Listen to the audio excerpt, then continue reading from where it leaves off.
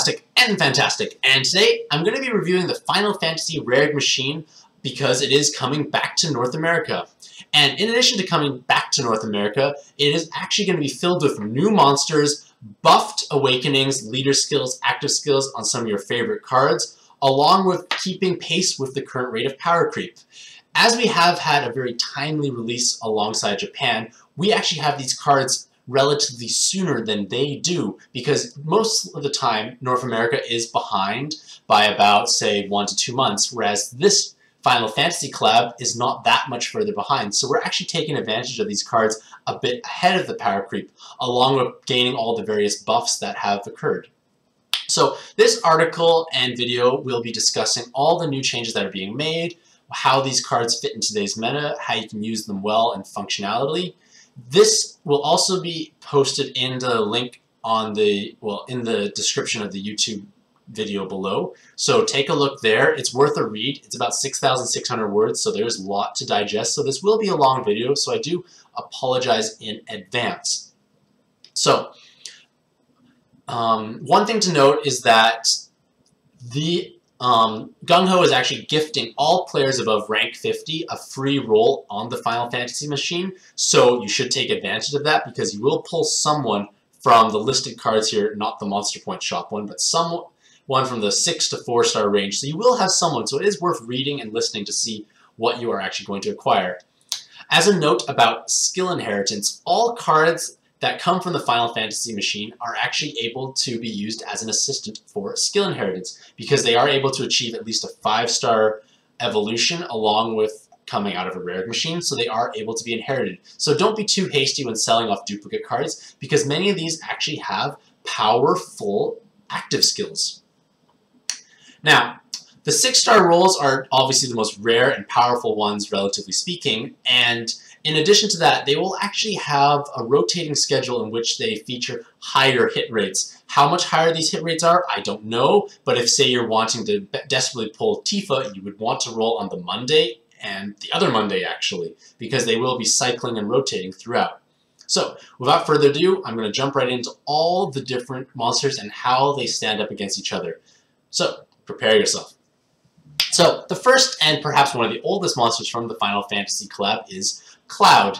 Now, Cloud unfortunately has not aged very well because what really made Cloud exceptional was the fact that you could make a Cloud system. And a Cloud system essentially consisted of Cloud, Cloud, Cloud, and 2 other subs. And with that system, you're actually able to spawn a column of light orbs, move one over to get a 2-prong, and trigger your full multiplier and basically power through content. Unfortunately, even with his buff, he is only a 4 times health, 36 times attack leader, and he will basically not do enough damage in today's meta. Furthermore, a system team has the most value in co-op. So you're going to be struggling to have enough damage and possibly enough actives if you're playing a longer dungeon in co-op. But the thing is, if you're playing solo mode, you have to build a very expensive team. You either need multiple Clouds or Leonis, who is a rare machine card who also spawns a column of light. But the point being is, solo team systems are not that viable anymore. You have much stronger options in co-op. You have push-button teams, you have Awoken Liu, so on and so forth. So Cloud has kind of lost his luster, if you may. Like, yes, he gained an extra row and a 2-prong, but he's not that powerful, currently speaking. So that is unfortunate. However, the other 6 stars are actually much stronger, and they've kept better pace with power creep. So, next is Sephiroth, and Sephiroth was blessed with an Attacker and God Killer Awakening. So now he hits incredibly hard. He essentially hates almost all bosses in the game, so he's going to hit 3 times harder against them, and if they have multiple elements stacked up, he could be doing 9 times to them, so kind of amazing. And he actually is able to form an 81 times attack team with 2.25 times recovery if you are Devil or Attacker type. Now, we've gained a lot of new Devils and Attackers throughout the various Awoken evolutions, and Sephiroth is still one of the best leaders to use for farming, say, Machines Zeus and Hera. Yes, those dungeons are a bit more outdated, but he does those dungeons phenomenally well because, especially with Machine Zeus, you have Machine Killer, and you're going to do basically 3 times damage to everything. You don't need hard orbs, so you're triggering your full leader skill. You're hitting 81 times. When you make hard orbs, you'll heal back to full health. Pretty great all around. Now, his sub pool is a bit larger than it used to be before, and with the advent of co-op and solo mode badges, you can address his lack of skill bind resist, especially in co-op. However, all these subs listed here, such as, say, Awoken Oku, who is newer, is able to fulfill his color requirements along with the devil or attacker typing.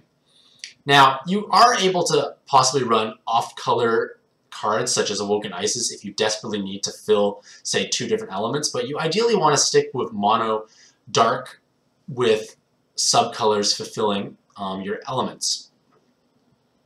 Now, he is still an 81 times leader with recovery, and in co-op mode, he does become quite formidable. He can clear a large amount of content, especially with these Killer Awakenings, because you are hitting very hard. Like, Killer Awakenings are great in the shorter descents or dungeons where you can avoid damage absorptions. In Arena, Killer Awakenings kind of get you killed more than not, because those cards will deal too much damage and you actually heal the boss. But Sephiroth is still very powerful and very relevant now. You still can clear Machine and Hera and Zeus, and those are good dungeons to play still. Next is Yuna, and Yuna perhaps received one of the biggest buffs of any of the 6 stars.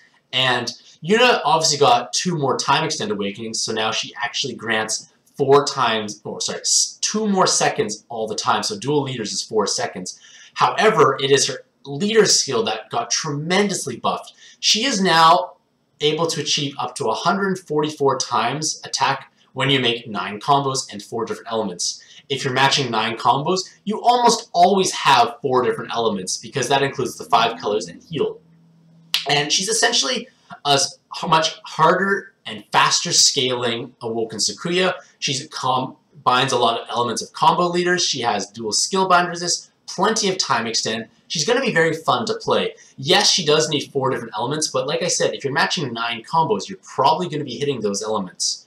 Furthermore, you are able to have a certain amount of damage control, because you do have 4 times with 4 elements, but you also scale up with combos. So if you just match 4 combos, you hit 16 times. You are able to avoid a lot of damage absorption bosses. Yes, Skyfalls can be cruel, but at least you have the option of damage control.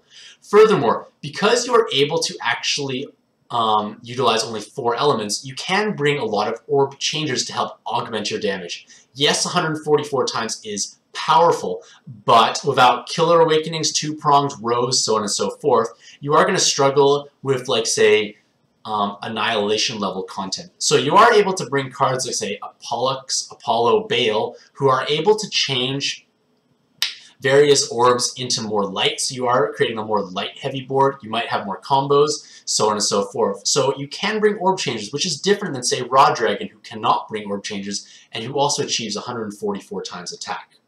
Your main weakness with Yuna, like I said, is a lack of offensive awakenings, because you are relying on your subs to deal additional damage. Furthermore, you still don't have any recovery nor health multiplier, so you are vulnerable. Yes, with solo mode badges, you can bring recovery, and you can rely on your shields for durability, but it's going to cause issues moving forward into, like, the next 6 months of pad, where, like, Raw Dragon is going to be reigning supreme, and you are going to feel very squishy by comparison. Regardless, Yuna is still a very powerful leader, one of the most beginner-friendly leaders you can get, and she comes viable out of the box, or out of the egg, I should say, because she is strong right from the get-go. Next is Cecile, and in all honesty, Dark Cecile is the superior choice. Like, Light Cecile is there, but you should be using Dark in probably 11 out of 10 times. So, Dark Cecile is essentially been transformed to gain an extra 2-prong and passively 15% damage reduction from Dark. Dual leaders actually yield 30% damage reduction, so Divine Queen Hera is hitting significantly less hard, which is important.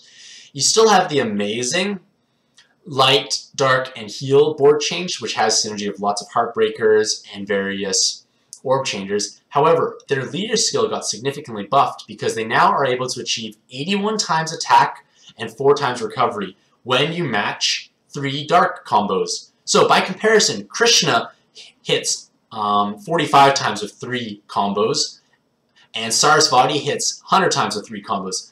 But Cecile is able to strike a nice balance between the two. because Cecile has that 81 times, so significantly harder hitting than Krishna, and obviously a bit less than Sarasvati, but you have this 4 times recovery. And this 4 times recovery is going to allow you to heal and survive various attacks. He makes Zerag Infinity look sad because Zerag Infinity requires more orbs and hits for about half the damage. But the point being is you are able to tank hits with Cecile. Furthermore, if you are playing solo mode, you should really use the plus 15% health badge to help augment your health pool because you already have more than enough recovery. That way you can probably survive a Divine Queen Hera preemptive without actually altering your team composition to bring a shielding sub because of the passive 30% damage reduction.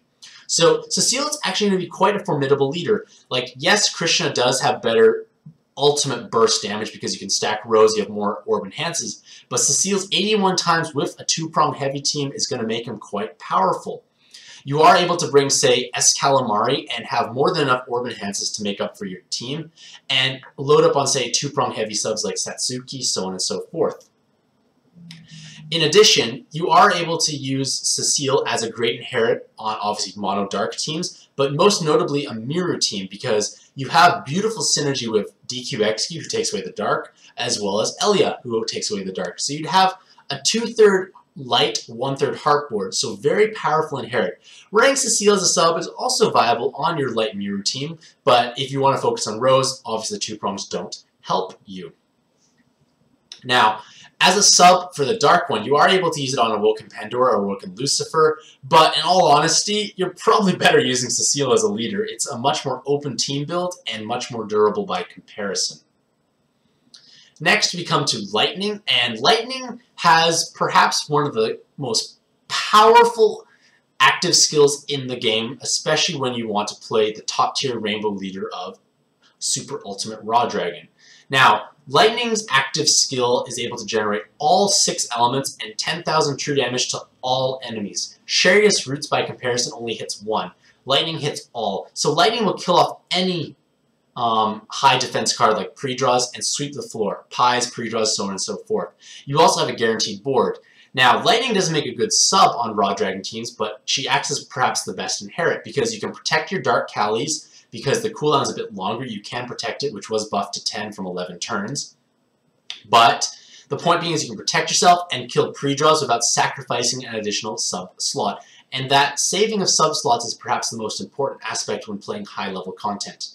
Now, outside of this whole niche inheritance situation, Lightning is actually a very powerful leader now, because Lightning is able to achieve 156 times attack, 4 times recovery, and you can stack light rows. She makes Awoken DQXQ look a lot weaker by comparison in terms of raw leader skill potential, because Lightning has that nice God Killer and 2 rows. So you are able to form a very powerful Rainbow team who does have beautiful scaling, because you are able to basically scale from 16 times to 156. So it's very hard to skyfall a giant bloblet of light orbs. So with the 16 times, you are able to actually have access to damage control. So you can deal with Subdet, you can deal with Vishnu because you don't connect your light orbs. Yes, when you connect your light orbs, you deal crazy damage, but the point being is you at least have a 16 or even a 20 times threshold barrier to deal damage.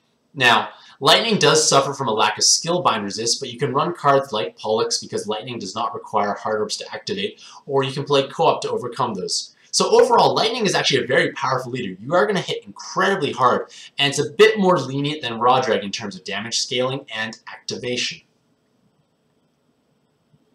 And last but not least for the 6 stars is Tifa. And Tifa is a literal game changer because she actually transforms the board into a 7x6 pattern. So now you actually have 42 instead of 30 orbs to play with. Now, this bigger board is powerful because it can allow you to use other leaders who may not necessarily have viability on smaller boards. What may jump to mind right away is those various color cross leaders like Kenshin, but Tifa cannot use those leaders very well because a Kenshin-Tifa pairing is awkward because Tifa needs to connect 7+ fire or light orbs, and a cross is only 5, so it's going to be awkward to use Tifa with Kenshin. So you're better off pairing Tifa with cards like Awoken DQXQ, Lightning, or the Monster Point Xiu Min, because all these leaders enjoy rows as well as DQXU being able to hit 100 times with greater ease because you now can get the row and a full 100 times instead of 64. Xiumin can love the bigger board because, yes, you get to make a row more easily, and Tifa's 5 row enhances are going to come in handy. Now, dual Tifa is not good because 25 times is lackluster, but gaining the recovery bonus for, say, Xiumin, who struggled healing, can be beneficial, along with DQXQ, because DQXQ, you will have a lower damage cap, as well as not the inability to proc off water, but you have recovery, you have a bigger board to play with, so you have more combos, so it does have value. Not a good leader on her own, but great when paired with various other cards such as DQ, Lightning, and Xiumin.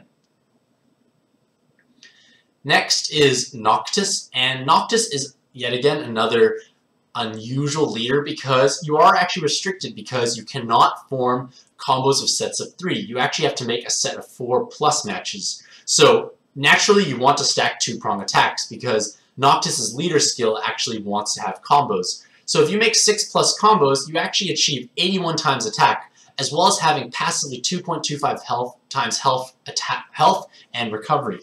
And that passive health and recovery is fantastic because you become very tanky. You become as durable as Raw Dragon and Krishna, and to a certain extent as durable as Ronave and Gremory because their heart crosses are weaker. So you have these defensive benefits passively, along with high damage potential because you are able to deal large damage. Unfortunately, you have to be very conscious of your orb making because on a 30-orb board, you only can form 7 conscious 4 matches because basically 30 divided by 4 is 7 plus a remainder of 2 orbs. So you will struggle to form your max multiplier, but this can be seen as a blessing because you have lots of time extents, so you can set up your board, but the main issue is you can control your damage more easily because it's going to be very challenging to Skyfall connected 4 versus connected 3. So Noctis will actually have great value when trying to stall and control your damage because you can make fewer combos and you're very unlikely to actually Skyfall more into place. In addition, you may want to run cards like Satsuki, Awoken Haku, Lumiel, and Persephone, who have all of these 2-prong awakenings, as well as favorable stats and actives, so on and so forth. So Noctis will be a fun leader to play. He will clear a modest amount of content, but of course you will struggle because you are going to have difficulty hitting high combo count, and that will restrict your damage overall, as well as stacking 2 prongs is less efficient overall than rows in the grand scheme of things, but still powerful nevertheless, and a new playstyle, and that is exciting. So that rounds out all of the 6 stars, and now we come to the 5 stars. All the 5 stars can naturally be inherited, and a lot of them received buffs. So Squall received 2 more Orb Enhance Awakenings. His leader skill is just awkward. If you are able to make 7+ combos on a regular basis, you probably should use a different leader because you need to make 17 combos with Squall, so not really practical. And his active skill is kind of a poor man's Antares because you don't remove poison orbs, but it's still an orb changer if you're in a jammer heavy dungeon. You can use him as a sub if you can overcome his skillbind resist because he will single-handedly provide 80% of the fire orbs falling down to come enhanced. So it's a reasonable card, has an okay active, but it's a bit stronger now with the orb enhances. Next is Renoa, and Renoa turns into a very offensive, hard mono water bind clear. And her leader skill is kind of impractical, so ignore it. But she is comparable to Awoken Isis because you do have a bind clearing active, but you have more Orb Enhance Awakenings. So you do have a bit more passive damage, but you do lack its skill bind resist, and you do lack the God type, and you also lack the shorter cooldown. But Renoa does make a good substitute for Awoken Isis on especially mono water teams because you have that hard bind clear as well as haste. And haste is actually quite powerful because now your bind clear actually has a secondary utility alongside of it. Next is Zidane, and Zidane gained 2 more Orb Enhances, and it has a bit more value, but it's not really a good card overall in all honesty. I didn't really update the section much because it's not a good card. Yes, you have a 10% increased chance of Wood and Skyfall matches, or Skyfalls appearing, but Splitting your colors in two is not helpful because you're diluting the chance of the orb you want. So it's just not really a good card overall, except for maybe the niche times where you wish to inherit the niche situation where you wish to override a Skyfall buff. But there's a lot of other cards you can use to override Skyfall, so not a good card overall. Titus gained an extra row enhance, and he acts as a very quick charging damage enhance for mono water. You gain 1.5 times attack for 1 turn plus 1 turn haste on a 7-turn cooldown. Not terrible. You have 3 rows, so you can have value on, say, Blue Sonya, I, Ryune, Lakshmi, but his main value is having a quick charging active that can be used right away or more frequently throughout a dungeon. So has some value, but the enhance is kind of low, so not that good in most cases, unfortunately. Next is Bartz, and Bartz is actually a very powerful 5-star by comparison.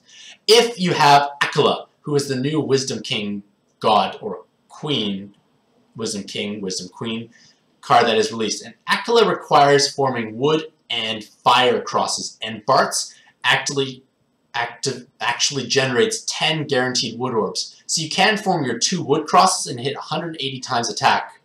That's a great safety or insurance active because you'll basically guarantee to form your wood crosses at any given time. Obviously not as great as, say, full board changers that will probably produce the fire alongside, but hey, you're guaranteeing yourself your 10 wood orbs for your crosses.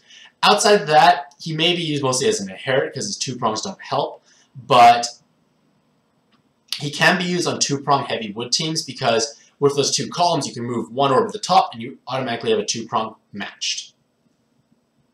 Next is Terra, and Terra gained these enhanced heal orb awakenings, and their active skill is unique because they generate a column of fire, a column of light, and 1 turn of haste. Now, their colors are maybe a bit unusual because it mostly benefits Tsubaki and maybe a lesser extent Leyland, but it's going to have use on the future Ilm teams because you generate your guaranteed light and fire orbs, so you can fully activate your leader skill in most cases for Ilm, and this is powerful along with having more orb generation than Tsubaki. It's basically an upgraded active for Tsubaki along with reasonable awakenings because you want orb enhances, you want the enhanced heal orbs to heal more, so Terra is actually going to be a good card moving forward on Tsubaki when the buff comes and the new Ilm leader. Next is Shen Toto, and Shen Toto gained a 5th row awakening. Woo! 5 rows! Kind of overkill, kind of ridiculous. You have to obviously compensate around your team because you need to have more utility-based awakenings. And Shen Toto's active generates a row of wood, and a row of wood at the bottom and a row of dark at the top. Now, the row of dark at the top is great because you usually like to hoard your wood orbs at the your dark orbs at the bottom, so a row at the top allows you to gain more. However, because you spawn that row of wood at the bottom, it's going to be hard to pool orbs. So you kind of have to use Shen Toto in conjunction with Pandora in order to spawn 2 guaranteed wood rows. So Shen Toto's active can work well, especially if you're using Awoken Pandora teams, and also it can work on Awoken Lucifer if you run Pandora, because you are able to make basically 2 wood rows with 2 actives. Not as good as, say, a Haku Akichi combo or a Zuo Pandora, but a good option nevertheless. Something to keep in mind. You do get 2 dark rows. Next is Van, and Van basically has the top row light, bottom row fire, so similar value on, say, Terra for Ilm teams, but their awakenings are not as synergistic because orb enhances are stronger for those teams. However, perhaps the most value of Van is with people who like to, say, run Awoken Liu Bei teams with the Dios system, because if you face combo shields, Liu Bei can struggle with that. However, you use Dios as active first, and then Van, you actually can easily separate your orbs to make guaranteed combos and sweep boards. So Dios, Van, separate orbs, easy combos, combo shields, no more a problem. Next is Yeshitola, and I said that name horrible, but they are perhaps the strongest 5-star card of the Final Fantasy collab, because they now become one of the coolest medium bind clearers for water teams. Now, there's hard bind clearing and soft bind clearing. I call Yashitoa medium because they're bind immune, and they also generate hard orbs, and they have recover binds. So they don't necessarily clear binds right away. They do it in a delayed manner. However, their active is very powerful. They change dark to water, fire to heal.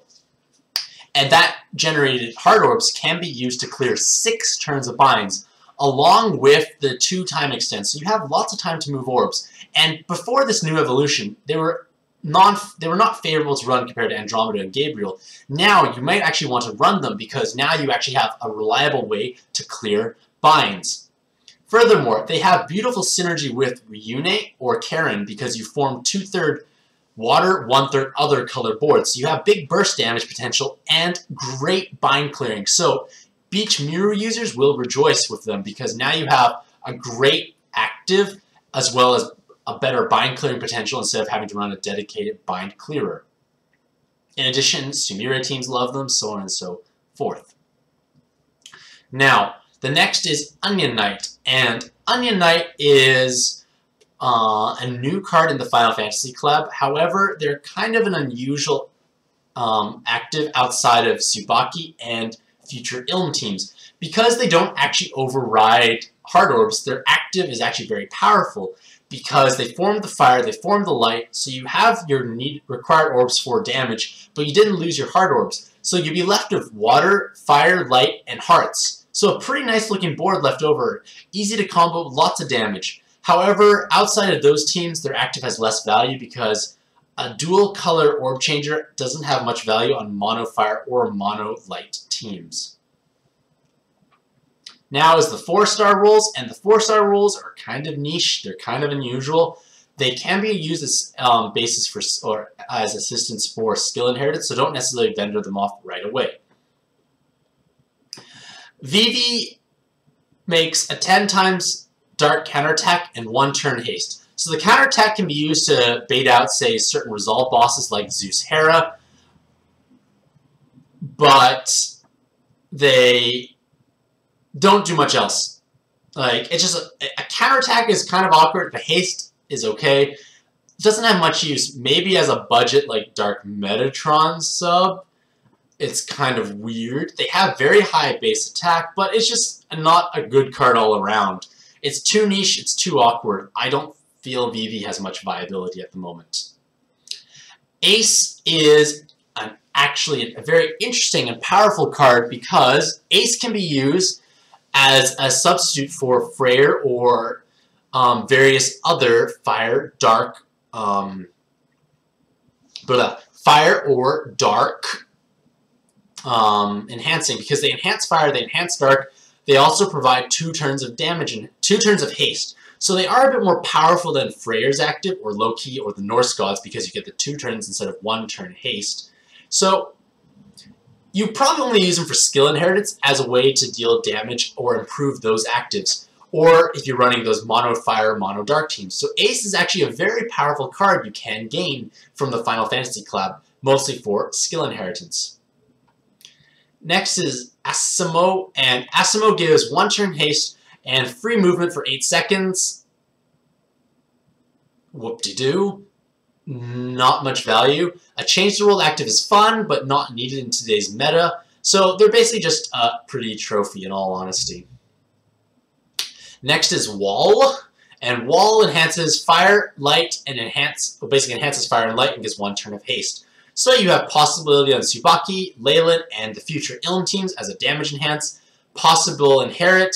Not much else otherwise in all honesty. Next is Rain, and Rain actually provides 75% damage reduction for 1 turn and a single turn of haste. So this is actually a powerful shield inherit because you gain the 75% damage reduction of Kushi, but it also can be used as a fire sub if you're not luxurious enough to have skill inheritance at your disposal. So Rain is a good inheritance if you need a shield on demand. It's a budget inherit, it's easier to awaken, easier to inherit, so on and so forth. Now we're at perhaps the more exciting 4-stars because Penelo is a new 4-star that was added, and they actually are able to do a 30% heal, a 3-turn Awoken Bind Clear, and converting Jammer, Poison, Dark to heal. And you can inherit her. This is incredible because right now the only Awakening Bind clear we have is Green Odin. And not everyone has a Green Odin, and Penelo is easier to inherit because there's less Awakenings, less investment overall. Furthermore, the ability to generate Heart Orbs means they can have value on Heart Cross teams as a way to remove Hazard Orbs, because you can get rid of the dangerous orbs and generate hearts as well. So you can form Heart Crosses. The 3 turns Awoken Bind Clear is not enough for Lynthia, but it's enough for a lot of other bosses like, say, Kepri, so on and so forth. So Penelo actually has a huge amount of value as an inherit on various teams. Furthermore, the 6-turn cooldown is easier to charge up compared to Green Odin. So lots of value overall for Penelo, a very powerful 4-star to own. Last and not least for the 4 stars is Aron, and Aron has 75% defense break for 1 turn, and 3 dark and 3 fire orbs made at random. And the randomness is, something's boiling on the stove. The randomness is not good because it's not enough orbs made for value. The 75% defense break is kind of lackluster when you have cards like Balboa, but it is usable. His enhanced material and evolution material is just awkward. Like, those killers don't really help, so Aron is not a good card. Penelo is the star of the 4 stars, to be honest, along with Ace. Next, we're into the Monster Point exclusives, and Glauca can be purchased for 200,000 Monster Points. So that means you can't use them as an assistant for skill inheritance, but it also means you will be out of reach for most players. So they have Row Enhance Awakenings, but they have a very unique active, and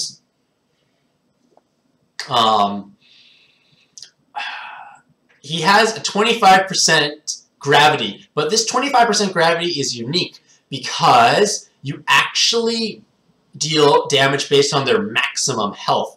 And it's that maximum health that is amazing because it means you can execute a boss that had under 25% health, along with guaranteeing 25% damage all the time. You're able to do exactly a quarter of their health every single time.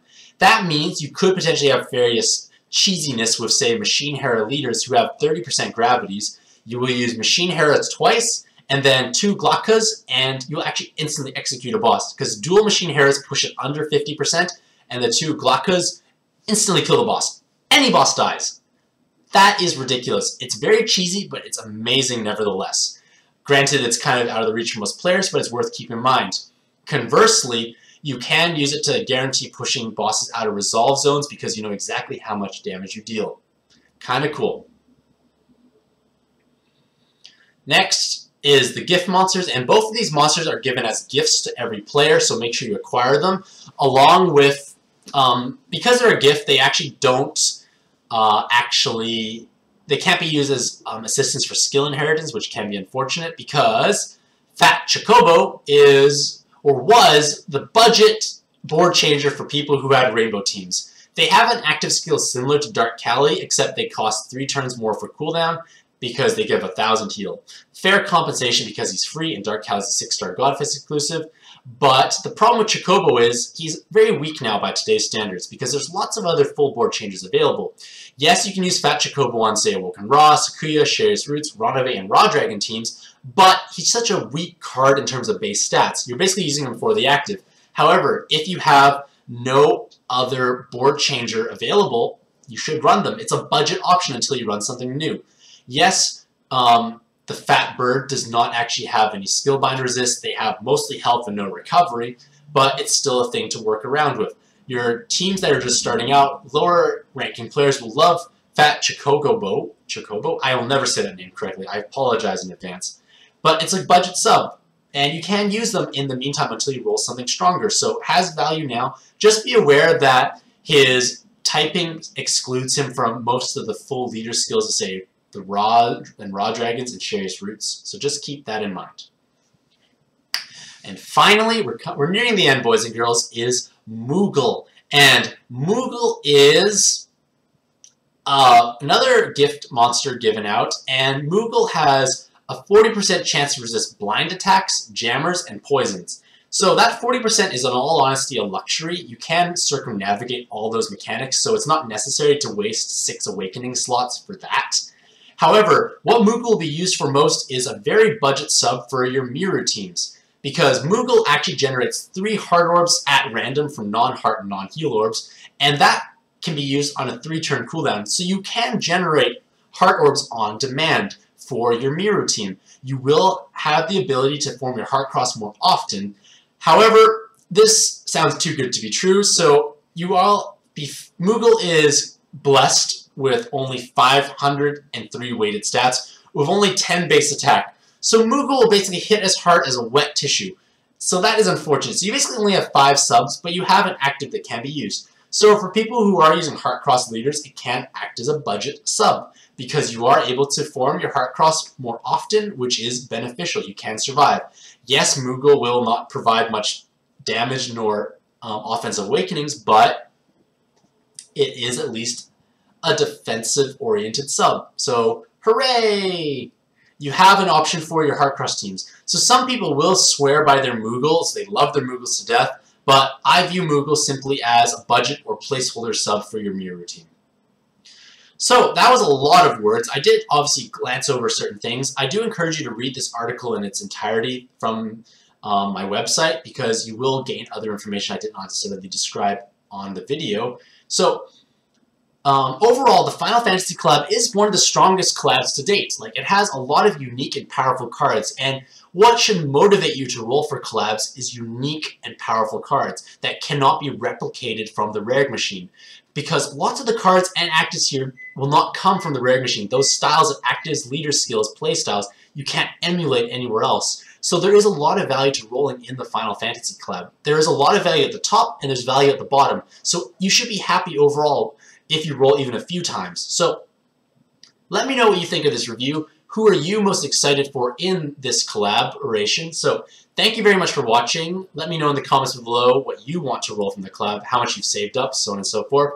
Have a mantastic day, and happy puzzling!